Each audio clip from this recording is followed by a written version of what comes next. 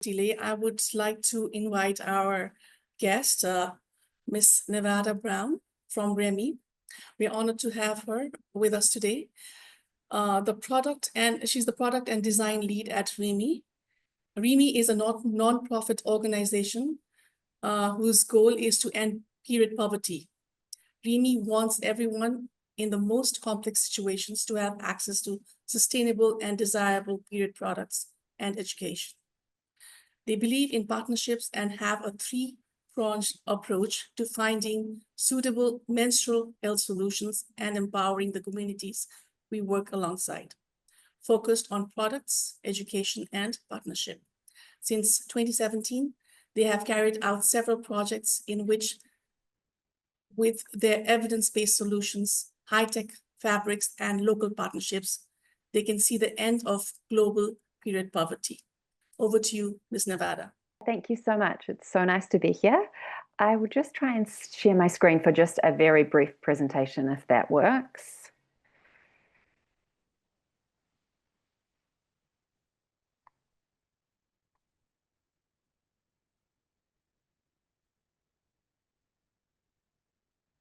Can everybody see this? Great. Yeah, so we are Reemi, and we are creating sustainable period products for vulnerable women that are culturally appropriate. So there are certain period products that are not appropriate for everybody. For instance, across a lot of Asia, inserted products are just not appropriate for various reasons. So we're trying to design products that are desirable and that take into different considerations and different contexts.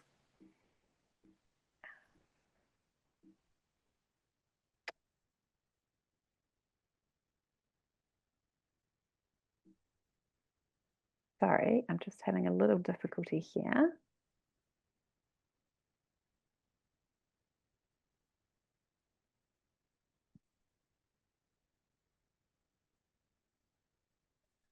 Let me just try that again, sorry.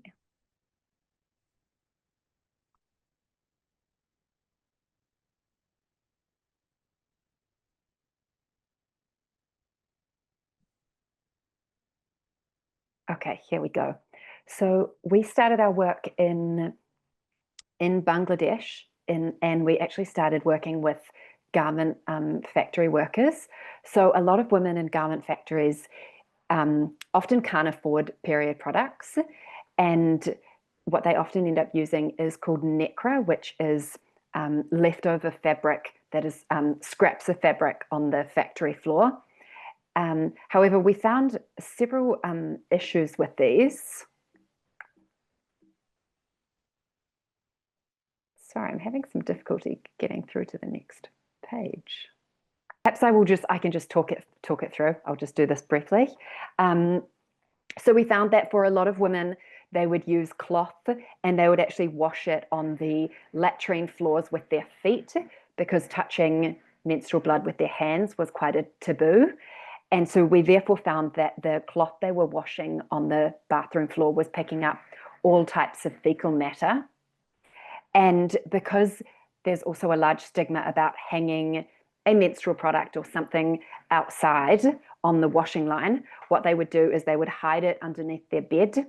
And so when their period came around again the following month, their cloth would contain lots of bacteria and would be moist and would not have dried properly. So we actually created some products. So we have created, I'll just hold these up. This is our period underwear. And so it looks like regular underwear. No one would really know. And it has several layers of gusset inside here to absorb your period. So the same as, say, 2 to 3 pads worth. And those can be worn for up to a day, depending on someone's menstrual flow. And we also created what we've called our washing bag.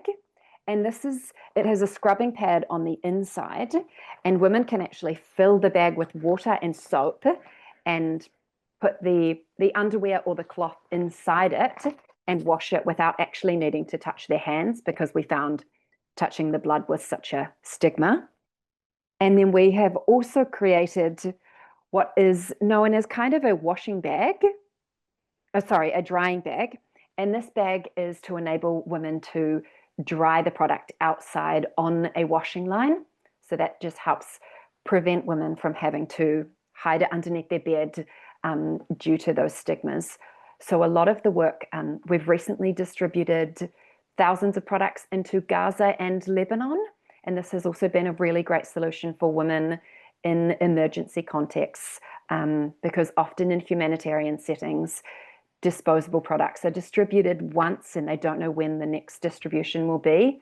There are also issues with waste disposal of disposable products. A lot of developing countries just don't have the waste infrastructure. We even found in our work in Bangladesh that because there was even a taboo of anybody else seeing your menstrual blood, even on a used pad, women would try to rip the pads up and flush them down the toilet or throw them out the window to get rid of them. Or a lot of women would even save up the used pad and at nighttime go and try and bury it in the ground on their own, which can also be quite dangerous.